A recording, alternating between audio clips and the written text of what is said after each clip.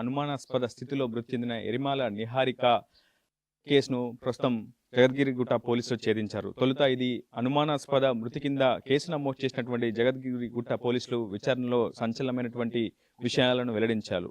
ఖమ్మం జిల్లా రాజుల దేవరపాడు గ్రామానికి చెందినటువంటి ఎరుమాల నిహారికకు దేవేందర్ రెడ్డికి ఏడాది క్రితం వివాహం జరిగింది.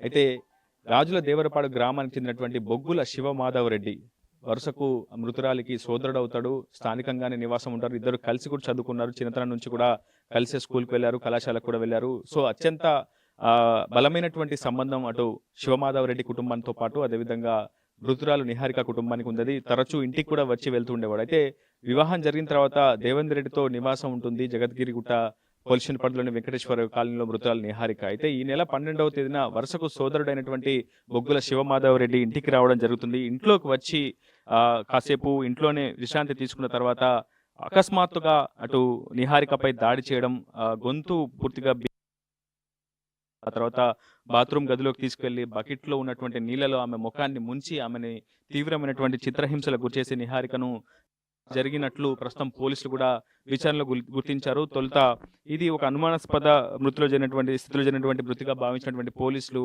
అనుమానాస్పద స్థితి కిందనే కేసు కూడా నమోదు చేశారు. అయితే సరిగ్గా 12వ తేదీన ఆ ఇంట్లోకి భర్త లేని సమయంలో నిహారిక ఒంటరిగా ఉన్నటువంటి సమయంలో ఈ నిందితుడైనటువంటి శివమాధవ్ రెడ్డి ఇంట్లోకి ప్రవేశిస్తాడు.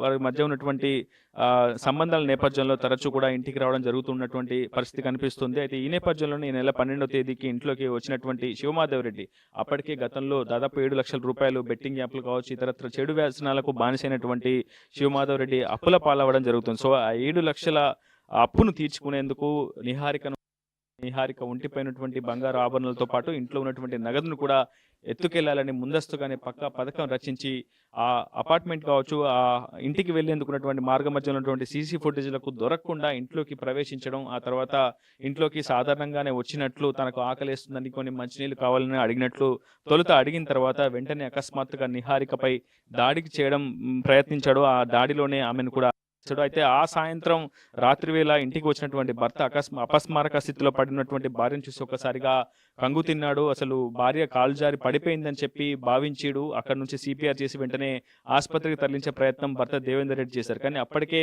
ఆసుపత్రిలో వైద్యులు నిహారిక కూడా నిర్ధారించారు. ఆ తర్వాత పోలీసులు రంగప్రవేశం చేసి అనుమానాస్పద స్థితి కింద కేసు కూడా నమోదు చేశారు. ఆ తర్వాతనే అసలు విషయాలు వెలుగులోకి వచ్చాయి.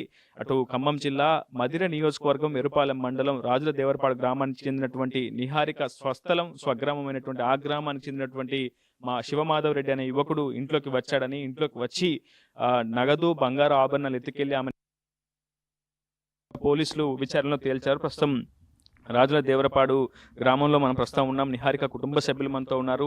నిహారిక సోదరి స్నేహ ఇచ్చినటువంటి ఫిర్యాదు ఆధారంగా జగద్గిరిగుట్ట పోలీసులు కేసు నమోదు చేసి దర్యాప్తు చేపట్టారు. ప్రస్తుతం నిందితుడైనటువంటి శివమాధవ్ రెడ్డిని కూడా అదుపులోకి తీసుకొని అతన్ని కూడా రిమాండ్ చేసినట్లు ప్రస్తుతం జగద్గిరిగుట్ట పోలీసులు అయితే మీడియా సమావేశంలో వెల్లడించారు. ప్రస్తుతం నిహారిక సోదరి మనతో ఉంది, ఆమె ఫిర్యాదుదారు. ఆమెతో కూడా మాట్లాడించే ప్రయత్నం చేద్దాం. అమ్మ, ఎప్పుడు మీకు తొలుత సమాచారం ఎవరు అందించారు? అసలు మీ సోదరికి ఏం జరిగిందని చెప్పారు ఫస్ట్ స్టార్టింగ్ లో? 12వ తారీఖు బావ ఫోన్ చేశాడు.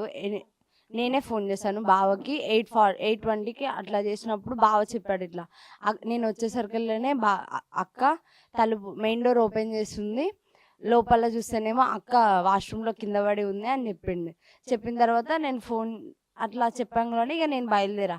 అక్కడికి వెళ్ళే టైంలో ఫోన్ చేసిన బావకి ఫోన్ చేస్తే అన్నాడు ఇట్లా అక్క అని. అక్కడికి వెళ్ళిన తర్వాత అడిగితే ఇక్కడికి తీసుకురాకముందు 4 గంటల ముందే పోయింది అక్క అని చెప్పాడు. డాక్టర్స్ చెప్పారట. నిందితుడైనటువంటి శివమాధవ్ రెడ్డి మీ ఊరి అని చెప్తున్నారు కదా, అతని ప్రవర్తన తీరు ఏ విధంగా ఉండేది? తరచూ మీ ఇంటికి వచ్చాడా? ఎప్పుడు ఎటువంటి అనుమానం అతనిపై రాలేదు? అంటే అతని క్రూయల్ బిహేవియర్ గురించి కానీ, అతని నేర ప్రవర్తన గురించి కానీ, గతంలో ఈ ఊర్లో ఇంకెవరైనా వేధింపులకు గురి చేయడం అట్లాంటి గతంలో ఏమైనా? లేదు, వాడు మంచిగానే ఉన్నాడు. వాడు సొంత అన్న లెక్కే చూసుకున్నాము మేము కూడా. వాడు మంచిగా అందరికీ పరిచయం, ఇంట్లో వాళ్ళందరికీ పరిచయం. ఇట్లా చేస్తాడని అసలు ఎక్స్పెక్ట్ చేయలేదు ఫస్ట్ మేము. ఇంత దారుణంగా అవుతాడు. ఒకవేళ వాడికి బంగారం కావాలంటే ఏదో ఒక విధంగా అన్నా చేయొచ్చు అక్కని. సంథింగ్ గదిలో వేయడం కానీ అట్లా కూడా చేయొచ్చు, కానీ తీసుకెళ్లాల్సిన అవసరం అయితే వాడికి లేదు. ఇంటెన్షియల్గానే చేశాడు వాడైతే. ఎంతకాలంగా శివమాధవ్ రెడ్డి హైదరాబాద్ నివాసం ఉంటున్నాడు? ఏం చేస్తూ ఉంటాడు అసలు? బీటెక్ ఫైనల్ ఇయర్ చదువుతున్నాడు. వాడు నేను ఒకటేసారి కాలేజ్ జాయిన్ అయినాము. ఒక త్రీ ఇయర్స్ నుంచి వాడు హైదరాబాద్లోనే ఉంటున్నాడు. మీకు ఫస్ట్ మీరు సహజ మరణమే అనుకున్నారా, లేదంటే నిజంగా మీ సిస్టర్ ఎవరైనా అనుకున్నారా? ఎవరి మీద అనుమానాలు మొదట్లో కలిగాయా, లేదంటే ఆ తర్వాత పోలీసులు ఈ విషయం చెప్పిన తర్వాత మీరు ఏం చెప్పారు? లేదు, ఎవరి మీద అనుమానం లేకుండే. ఫస్ట్ బావ వెళ్ళడం ప్రకారం అయితే, బావ చెప్పడం ప్రకారం అయితే ఇట్లా స్నానం చేస్తుంటేనే కింద పడ్డది అని అన్నాడు. తర్వాత హాస్పిటల్కి తీసుకెళ్ళిన తర్వాత తన గొంతు మీద అవి ఉండడము అవి చూసిన తర్వాత కొంచెం అనుమానం వచ్చింది. తను కావాలని చనిపోలేదు, పోలీస్ ఇన్వెస్టిగేషన్ ద్వారా అక్కడ ఇంటి దగ్గరికి వెళ్ళి చూస్తే బంగారం మిస్ అయ్యింది. ఇక దానివల్ల వాడు సీసీ కెమెరాలకి ఈజీగా కనిపించాడు. మీరు ఏం చెప్తారు? ఇప్పుడు శివమాధవ్ రెడ్డి ఇంజనీరింగ్ చదువుతున్నాడు, మీతో కలిసి పెరిగాడు. ఈ రోజుల్లో దూరపు వాళ్ళంటే నమ్మలేరు, కానీ ఇలా దగ్గరగా పరిచయం ఉన్న వ్యక్తులను కూడా నమ్మలేని పరిస్థితులు ఈ రోజుల్లో మనం ఉన్నామని చెప్పుకోవచ్చు. సో అసలు శివమాధవ్ రెడ్డి ఇలా చేయడం వెనుక ఏం కారణాలు అయి ఉండొచ్చు? అతని అంత ఆ స్థాయి ఆర్థిక సమస్యలు అతన్ని వెంటాడుతున్నాయా? ఎందుకు ఇలాంటి బిహేవియర్కి, ఇలాంటి దారుణానికి ఎందుకు ఒడిగట్టాడు? ఆన్లైన్ గేమ్స్ వల్ల అని చెప్తున్నారు, మరి అది నిజమో కాదో తెలియదు. చాలా మంది వాడు మాక్సిమం డబ్బుల కోసమే ఎవరితోనైనా మెసేజ్ చేస్తాడు, ఫోన్ చేస్తాడు. ఎప్పుడు ఫోన్ చేసినా అని డబ్బులు అని అంటాడు. బెట్టింగ్స్ అని అదని ఇదని చేస్తూనే ఉంటాడు. అసలు వాడు ఎందుకు ఇట్లా తయారయ్యాడో తెలియదు, కానీ వాడికైతే శిక్ష మామూలుగా పడకూడదు. వాడైతే ప్రస్తుతం డిగ్రీ చదివింది నిహారిక. గత ఏడాది క్రితమే మధిరకు చెందినటువంటి దేవేందర్ రెడ్డితో తల్లిదండ్రులు అప్పులు చేసి మరీ ఆమెకి వివాహం చేపించారు, కట్నం కూడా ఇచ్చారు. చాలా ఘనంగా వివాహం జరిపించారు. దాదాపు ఏడాది అవుతుంది, కానీ ఈ లోపే ఆమె కనరాని లోకాలకు వెళ్ళడంతో ప్రస్తుతం ఆ కుటుంబం అంతా కన్నీరు మున్నీరుగా విలపిస్తున్నటువంటి సిచ్యువేషన్. ఇదే గ్రామంలో కూడా నిందితుడు ఉండడంతో వాళ్ళంతా కూడా రోడ్డు ఎక్కలేనటువంటి పరిస్థితి. చాలా పెద్ద ఎత్తున వాళ్ళు ఆవేదన వ్యక్తం చేస్తున్నారు. ఖచ్చితంగా శివమాధవ్ రెడ్డిపై కఠిన చర్యలు తీసుకోవాలి. ఏదో సాదాసీదా సెక్షన్లు పెట్టి వారిని అరెస్ట్ చేయడం, మళ్ళీ తిరిగి బెయిల్ మీద బయటికి కాకుండా పూర్తిగా అతనిపై కఠిన చర్యలు తీసుకోవాలని కూడా ప్రస్తుతం ఊరివాసులు కూడా డిమాండ్ చేస్తున్నారు. చాలా మంది బంధువులు కూడా అటు ప్రస్తుతం నిహారిక ఇంటికి వచ్చారు, వారికి కొంత ఓదార్పునిచ్చే ప్రయత్నం చేస్తున్నారు. ప్రస్తుతం నిహారిక తండ్రి గుండెల విషయాలు రోధిస్తున్నటువంటి సిచ్యువేషన్ ఉంది. కొంతమంది స్థానికులు ఉన్నారు, బంధువులు ఉన్నారు, వారితో మాట్లాడే ప్రయత్నం చేద్దాం. శివమాధవ్ రెడ్డి గురించి ఏం చెప్తారు? మీరు కూడా ఇదే గ్రామంలో ఉంటున్నారా? నా పిల్లకి జరిగిన అన్యాయం వేరే వాళ్ళకి జరగకూడదు. ఇప్పుడు నా పిల్ల అంటే అయిపోయింది, ఇంకా బొండోళ్ళ కన్నా జరగకూడదు. వాడు చస్తేనే నా పిల్లకి ఆత్మశాంతి ఇచ్చింది. అది వాడు బతకూడదు. నేను బాబాయిని అది వాడు తిరగటం వల్ల 10 మందికి హానే, కానీ వాడి వల్ల వాడిని అసలు బతకనీయటం కూడా అనవసరం. ప్రస్తుతం ఇది ఉన్నటువంటి సిచ్యువేషన్. ఇంకొంతమంది స్థానికులతో కూడా మాట్లాడించే ప్రయత్నం చేద్దాం. అమ్మ, ఏం చెప్తారు? మీరు ఏం చెప్తారు ఈ ఘటనకు సంబంధించి?